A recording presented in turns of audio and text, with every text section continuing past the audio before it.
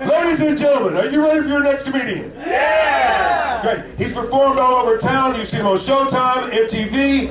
You've heard him on The Comics Life. Please put your hands together for Billy Batz!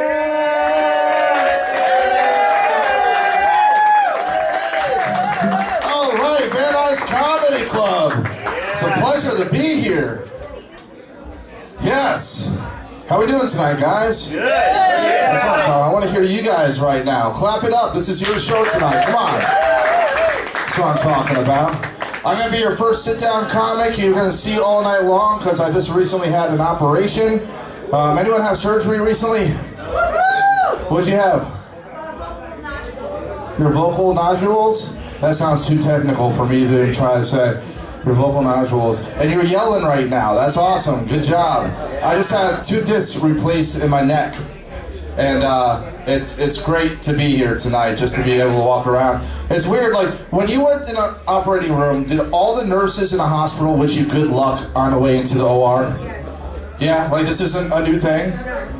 Every nurse, my best friend Sandy right there, filming, Facebook living it. Good luck! Good luck! Good luck? What the fuck are you wishing me good luck for? Did this asshole go to school to learn what he's doing on my body? Good luck! Terrible bedside manner. But there's nothing else they can say. If you think about it, they can't say break a leg, you're already in the hospital. It's more work for them. Good luck. They can't say see you on the other side. That shit sounds morbid. Good luck. I don't know about you, but I have Obamacare, which means they put me in the most poorest hospital ever. And the doctors have no idea what they're doing. First of all, they wheeled me into the wrong operating room. Yeah. I almost had a second circumcision. It was terrible. I was scared for my life. Everyone's wishing me good luck. Good luck. I'm thinking I'm gonna die that day. That's the first thing that came to my mind. And when they put you on the operating table, it's literally a table. For those of you guys that haven't experienced one, it's a cold freaking table. It's not a comfortable bed. So all I thought about was they're just prepping me to push me in the freezer with the rest of the bodies they messed up on. Good luck! So, I look at my anesthesiologist, right? The guy in charge of pumping drugs in my arm. He is high as hell. Yeah, this was a terrible, terrible thing I'm still going through it. High as, and I'm not talking about he smoked a bowl high. I'm talking about he went to Burning Man and back high. Like that, he was wrecked.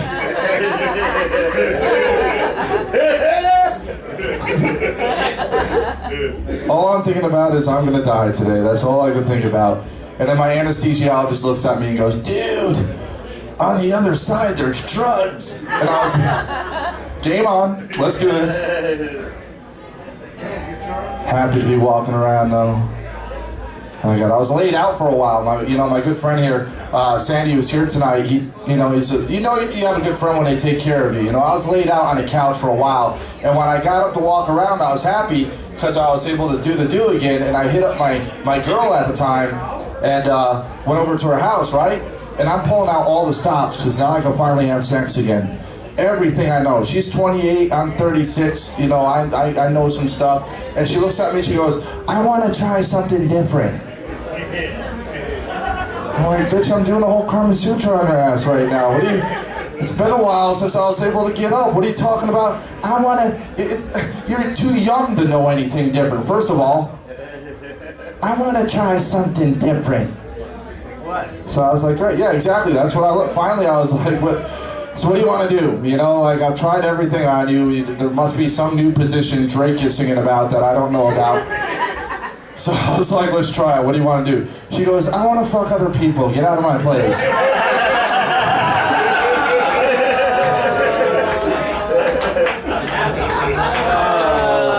So I'm at the Van Nuys Comedy Club tonight.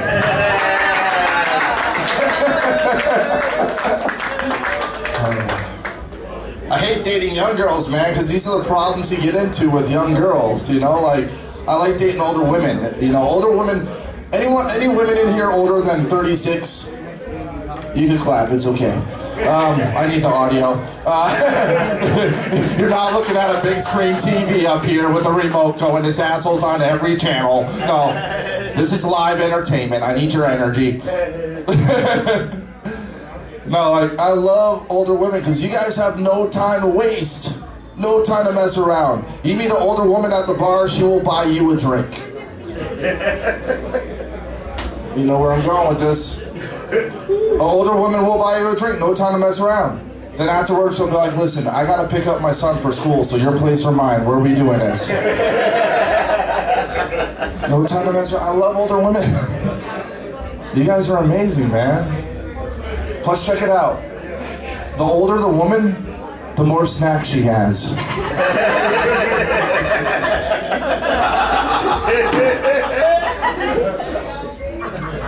Think about it. The older the woman, the more snacks she has. You meet a girl in her 50s, she starts fumbling around her purse, or actually maybe her 60s, starts, you know, looking for a condom, because I don't carry them, I'm a man, why would I carry a condom? So she starts looking for a condom in her purse, she pulls out one of those Werther's Originals grandma used to give me.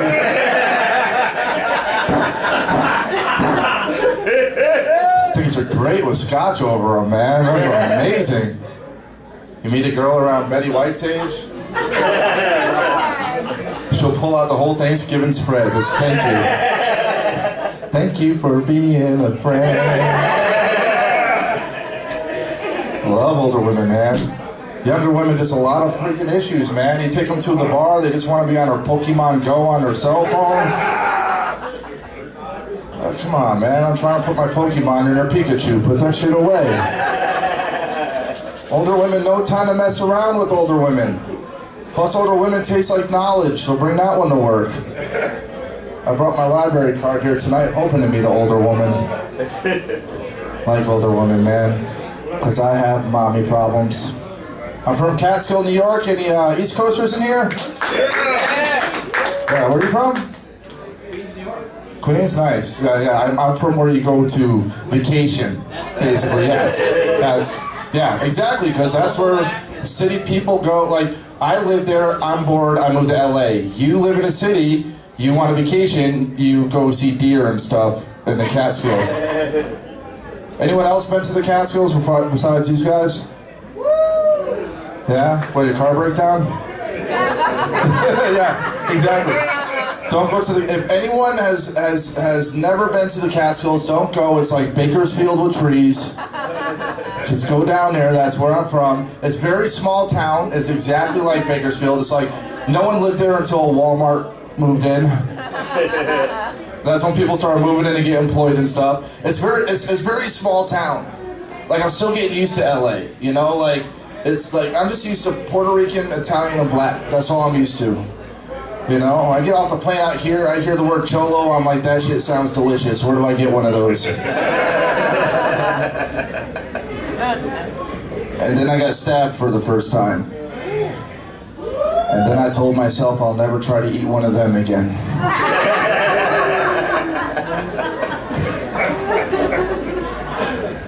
Is it me or do cholos choose their names way wrong? You know, like, they always choose a name that does not freaking fit them. You ever notice that, like, Casper's always the loudest one in the crew, and it's like, Casper's a ghost, can't you disappear for a while? Spider's in a wheelchair, how did that happen? Just some stuff I'm thinking about. My God, I just started dating this chick, and she has a kid. I'm at the age where everyone has kids now. You're shaking your head, you're at that too, right? Like, every one of my friends are having kids, and not only are they having kids, but they want their kids to call me their uncle. Anyone else that relate to this? This shit pisses me off. I'm tired of being, don't have your kids call me their uncle, because I'm not going to be around at Christmas time, no. Like, that's number one. I just recently went on the road back to Catskill, New York, did a show out there, right? Decided to visit my ex-girlfriend, get some road booty while I was out there. And apparently she had 3 kids by 3 different guys since I moved in 2001 because she became a whore. And just gonna call that as I see it. So she has these kids, and all these kids come at me, and she's going, go to Uncle Billy. And I'm like, no, no, no. And she's like, go to Uncle Billy. So she leaves the room, and I straighten those fuckers right the hell out. I get on one knee, and I'm like, listen, kids, I am not your uncle. I'm just someone that used to fuck your mom through high school.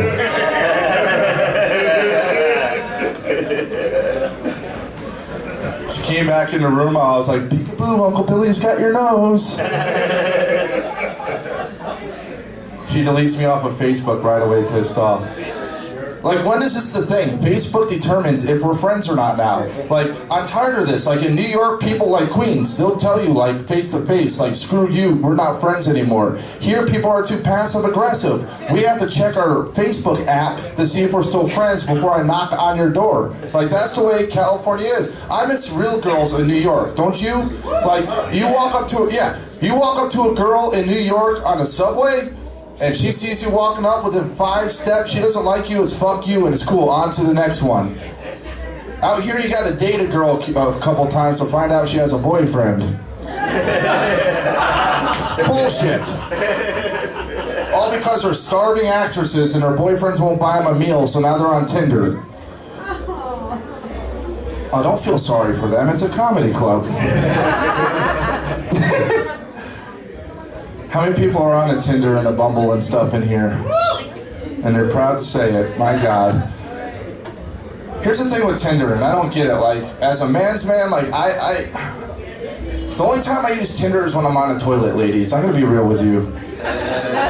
So here's the thing, next time you're on a Tinder date and you're like, man, that date was really shitty, it was because we were taking a shit when we met you. That's what we were doing. We were wipe, swipe, swipe, swipe. That's what we were doing.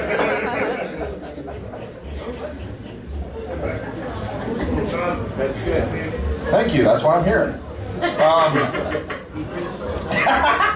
Hi, God. Like our host said, Dave, that I was on radio with my buddy Sandy. It was his radio show, Comics Life Radio. And, you know, we're very fortunate that they're still airing it since we've been off the air. We've been doing it, what, 4 years we were on?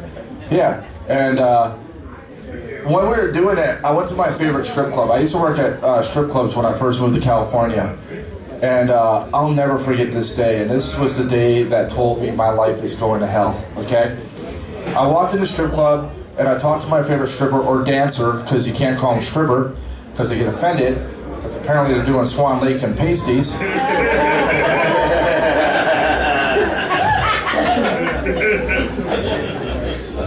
So I'm talking to my favorite dancer, and I asked her, I said, hey, why don't you come on the radio? It'll be fun. We'll do like a Howard Stern time like his type thing, and we'll have fun with it. And she goes, I don't know. I think I'd be a bit too nervous.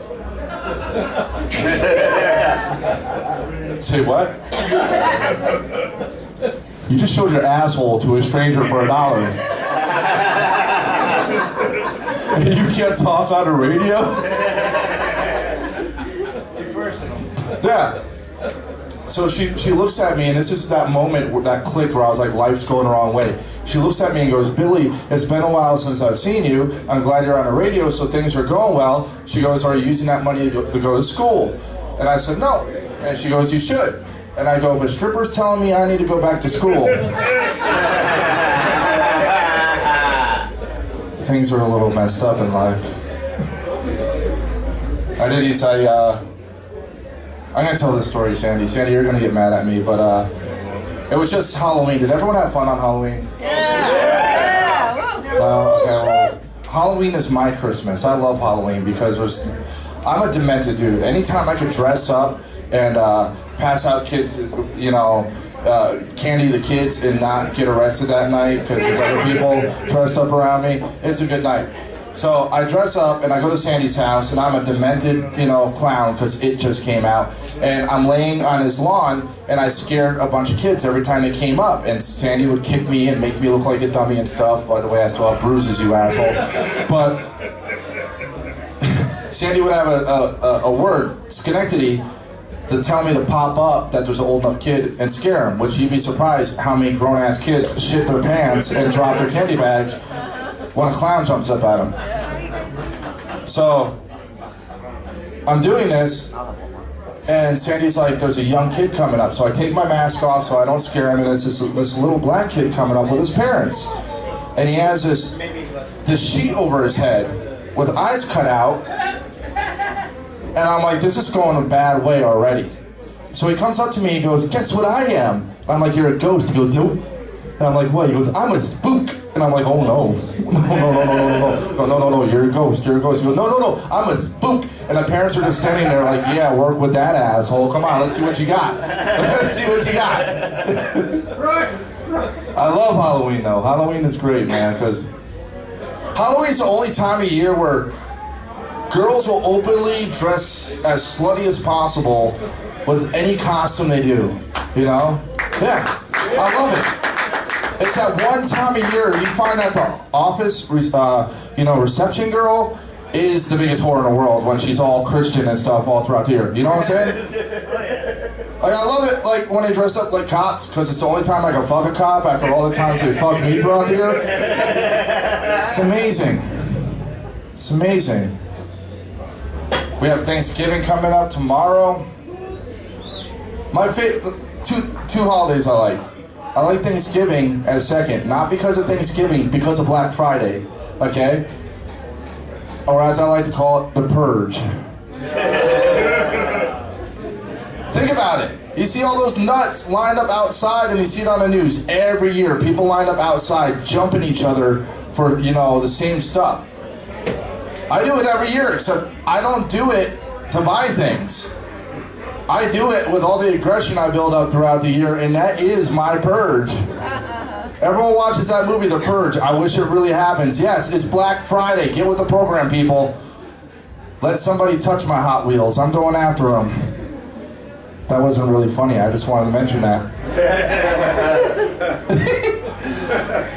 So yeah, I used to work at strip clubs, and I'm gonna wrap up with this because it's kind of a long story. But here, when I first moved to California, my buddy Big Mike in the back hooked me up with a job at a strip club. Now, when I first started, I went in to DJ, and my boss says, you have to audition, which threw me off because it's a strip club. We're not going for a movie here, okay?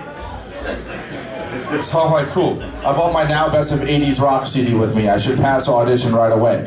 Because that's all you hear in strip clubs is pour some sugar on me, girls, girls, girls, Bon Jovi, and back in rotation. So I do my audition, and my boss comes up to me and goes, Billy, we love your style, we love your attitude, we love the way you bring out the girls, we love everything about you. But what we're really looking for is someone to keep the guys hard. Where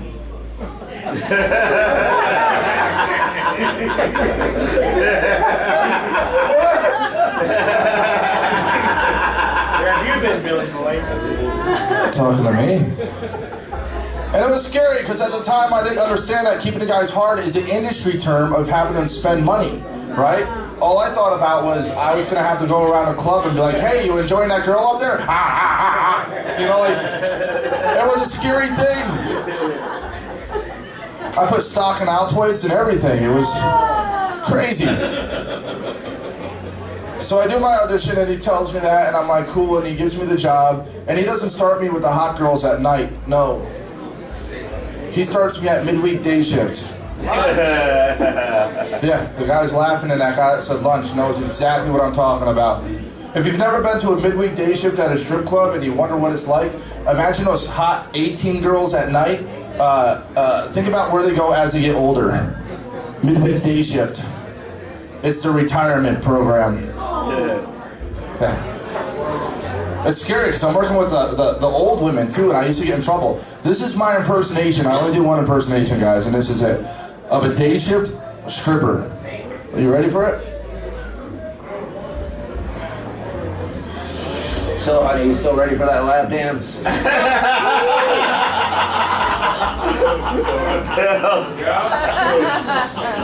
I used to like playing games with them, like connect to C-sections. It was amazing. Oh, what, now we're at a strip club convention or something? Where now the guys go, oh my God, he's an asshole.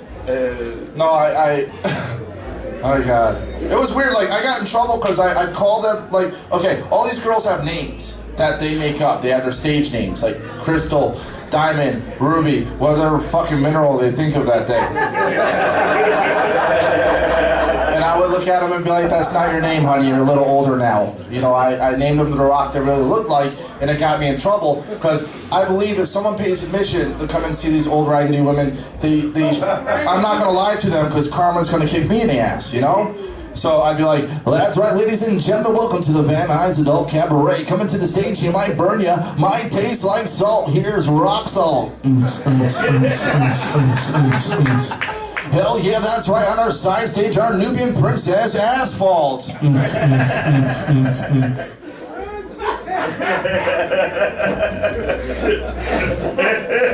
You guys are racist for laughing at that one. No, but I got fired for that, you know, and I didn't get it because it's like, I'm telling the truth. I shouldn't get fired for telling the truth. Why should I call a girl Mercedes when she looks like a broke down Pinto? It just doesn't make sense. Oh, God. And they all have their certain songs they gotta dance to. Like, you know, like some messed up karaoke singer. If you play someone else's song, they get all pissed off at you. You know, like, I had this one girl come up to me, she said, hey, can you play Like a Virgin by Madonna? I was like, are you fucking kidding me? Do you not see where you're at? You just showed your shame for a shekel and you want me to play Like a Virgin?